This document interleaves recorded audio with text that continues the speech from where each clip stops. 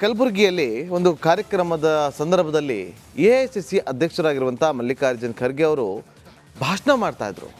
ಆ ಸಂದರ್ಭದಲ್ಲಿ ಡಿ.ಕೆ. ಶಿವಕುಮಾರ್ ಅವರ ಕಡೆ ತಿರುಗಿ ನೀವು ಇಬ್ಬರು ಒಟ್ಟಿಗೆ ಕೆಲಸ ಮಾಡಬೇಕು, ಆಗ ಎಲ್ಲವೂ ಕೂಡ ಸಾಧಿಸೋದಕ್ಕೆ ಸಾಧ್ಯ ಆಗುತ್ತೆ ಅಂತ ಎಚ್ಚರಿಕೆಯನ್ನು ಕೊಡ್ತಾರೆ.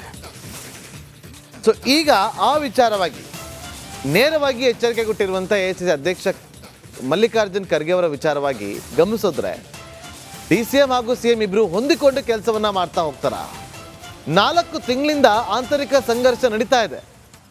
ಇದರಿಂದ ಸರ್ಕಾರ ಹಾಗೂ ಕಾಂಗ್ರೆಸ್ ಪಕ್ಷಕ್ಕೆ ಡ್ಯಾಮೇಜ್. ಇವರಿಬ್ಬರ ನಡುವೆ ಈಗ ಮಧ್ಯಪ್ರವೇಶ ಮಾಡಿದ್ಯಾ ಹೈಕಮಾಂಡ್ ಎಂಟ್ರಿ ಆಗ್ತಾ ಇದ್ದಂತೆ ಶೀತಲ ಸಮರ ಅಂತ್ಯವಾಗುತ್ತಾ? ನೋಡಿ ಏನ್ ಮಾತಾಡಿದ್ದಾರೆ ಅಂತ. ಶಿವಕುಮಾರ್ಗೆ ಯಾಕೆ ಹೇಳ್ತಾ ಇದ್ದೀನಿ ಅಂದರೆ, ಶಿವಕುಮಾರು ಈ ಸಿದ್ದರಾಮಯ್ಯ ಇಬ್ಬರು ಸೇರಿದ್ರೆ ನಮ್ಮ ಕೆಲಸ ಆಗ್ತದೆ, ಇಲ್ಲದ್ರೆ ಹಿಂಗಾದರೆ ಕಷ್ಟ. ಅದಕ್ಕೆ ನಾವೆಲ್ಲ ಹಿಂಗೆ ಹೋಗ್ಬೇಕು ಅಂತ ನಮ್ದೊಂದಿದೆ. ನಾನು ಹೇಳೋದೇನೆಂದರೆ, ಈ ಶಿವಕುಮಾರು ಸಿದ್ದರಾಮಯ್ಯ ಹಿಂಗೆ ಹೋದ್ರೆ ಸರಿ, ಹಿಂಗೆ ಹೋದರೆ ನಮ್ಗೆ ತೊಂದರೆ. ಅದಕ್ಕೆ ನನಗೆ ಕಲಬುರಗಿಯಲ್ಲಿ ಒಂದು ಕಾರ್ಯಕ್ರಮದ ಸಂದರ್ಭದಲ್ಲಿ ಎಐಸಿಸಿ ಅಧ್ಯಕ್ಷರಾಗಿರುವಂಥ ಮಲ್ಲಿಕಾರ್ಜುನ್ ಖರ್ಗೆ ಅವರು ಭಾಷಣ ಮಾಡ್ತಾ ಇದ್ರು. ಆ ಸಂದರ್ಭದಲ್ಲಿ ಡಿ.ಕೆ. ಶಿವಕುಮಾರ್ ಅವರ ಕಡೆ ತಿರುಗಿ ನೀವು ಇಬ್ಬರು ಒಟ್ಟಿಗೆ ಕೆಲಸ ಮಾಡಬೇಕು, ಆಗ ಎಲ್ಲವೂ ಕೂಡ ಸಾಧಿಸೋದಕ್ಕೆ ಸಾಧ್ಯ ಆಗುತ್ತೆ ಅಂತ ಎಚ್ಚರಿಕೆಯನ್ನು ಕೊಡ್ತಾರೆ.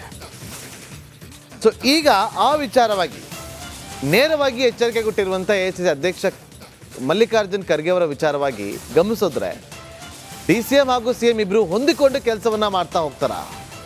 4 ತಿಂಗಳಿಂದ ಆಂತರಿಕ ಸಂಘರ್ಷ ನಡೀತಾ ಇದೆ. ಇದರಿಂದ ಸರ್ಕಾರ ಹಾಗೂ ಕಾಂಗ್ರೆಸ್ ಪಕ್ಷಕ್ಕೆ ಡ್ಯಾಮೇಜ್. ಇವರಿಬ್ಬರ ನಡುವೆ ಈಗ ಮಧ್ಯಪ್ರವೇಶ ಮಾಡಿದ್ಯಾ ಹೈಕಮಾಂಡ್ ಎಂಟ್ರಿ ಆಗ್ತಾ ಇದ್ದಂತೆ ಶೀತಲ ಸಮರ ಅಂತ್ಯವಾಗುತ್ತಾ? ನೋಡಿ ಏನ್ ಮಾತಾಡಿದ್ದಾರೆ ಅಂತ. ಶಿವಕುಮಾರ್ಗೆ ಯಾಕೆ ಹೇಳ್ತಾ ಇದ್ದೀನಿ ಅಂದರೆ, ಶಿವಕುಮಾರು ಈ ಸಿದ್ದರಾಮಯ್ಯ ಇಬ್ಬರು ಸೇರಿದ್ರೆ ನಮ್ಮ ಕೆಲಸ ಆಗ್ತದೆ, ಇಲ್ಲದ್ರೆ ಹಿಂಗಾದರೆ ಕಷ್ಟ. ಅದಕ್ಕೆ ನಾವೆಲ್ಲ ಹಿಂಗೆ ಹೋಗ್ಬೇಕು ಅಂತ ನಮ್ದೊಂದಿದೆ. ನಾನು ಹೇಳೋದೇನೆಂದರೆ, ಈ ಶಿವಕುಮಾರು ಸಿದ್ದರಾಮಯ್ಯ ಹಿಂಗೆ ಹೋದ್ರೆ ಸರಿ, ಹಿಂಗೆ ಹೋದರೆ ನಮ್ಗೆ ತೊಂದರೆ. ಅದಕ್ಕೆ ನನಗೆ ಕಲಬುರಗಿಯಲ್ಲಿ ಒಂದು ಕಾರ್ಯಕ್ರಮದ ಸಂದರ್ಭದಲ್ಲಿ ಎಐಸಿಸಿ ಅಧ್ಯಕ್ಷರಾಗಿರುವಂಥ ಮಲ್ಲಿಕಾರ್ಜುನ್ ಖರ್ಗೆ ಅವರು ಭಾಷಣ ಮಾಡ್ತಾ ಇದ್ರು. ಆ ಸಂದರ್ಭದಲ್ಲಿ ಡಿ.ಕೆ. ಶಿವಕುಮಾರ್ ಅವರ ಕಡೆ ತಿರುಗಿ ನೀವು ಇಬ್ಬರು ಒಟ್ಟಿಗೆ ಕೆಲಸ ಮಾಡಬೇಕು, ಆಗ ಎಲ್ಲವೂ ಕೂಡ ಸಾಧಿಸೋದಕ್ಕೆ ಸಾಧ್ಯ ಆಗುತ್ತೆ ಅಂತ ಎಚ್ಚರಿಕೆಯನ್ನು ಕೊಡ್ತಾರೆ.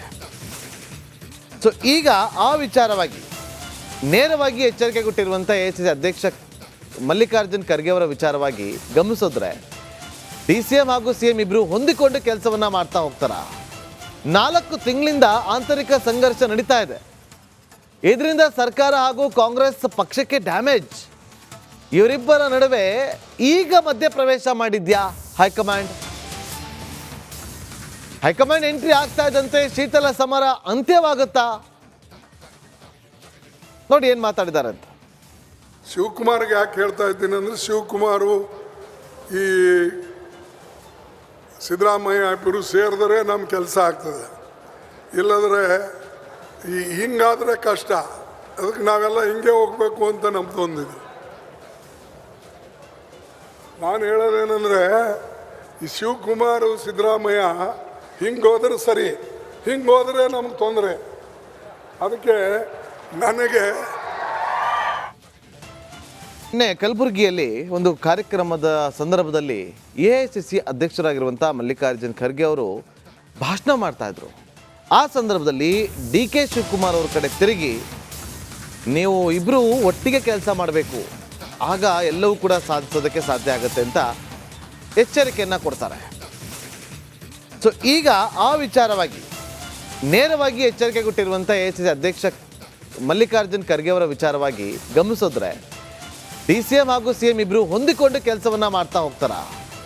4 ತಿಂಗಳಿಂದ ಆಂತರಿಕ ಸಂಘರ್ಷ ನಡೀತಾ ಇದೆ. ಇದರಿಂದ ಸರ್ಕಾರ ಹಾಗೂ ಕಾಂಗ್ರೆಸ್ ಪಕ್ಷಕ್ಕೆ ಡ್ಯಾಮೇಜ್. ಇವರಿಬ್ಬರ ನಡುವೆ ಈಗ ಮಧ್ಯಪ್ರವೇಶ ಮಾಡಿದ್ಯಾ ಹೈಕಮಾಂಡ್?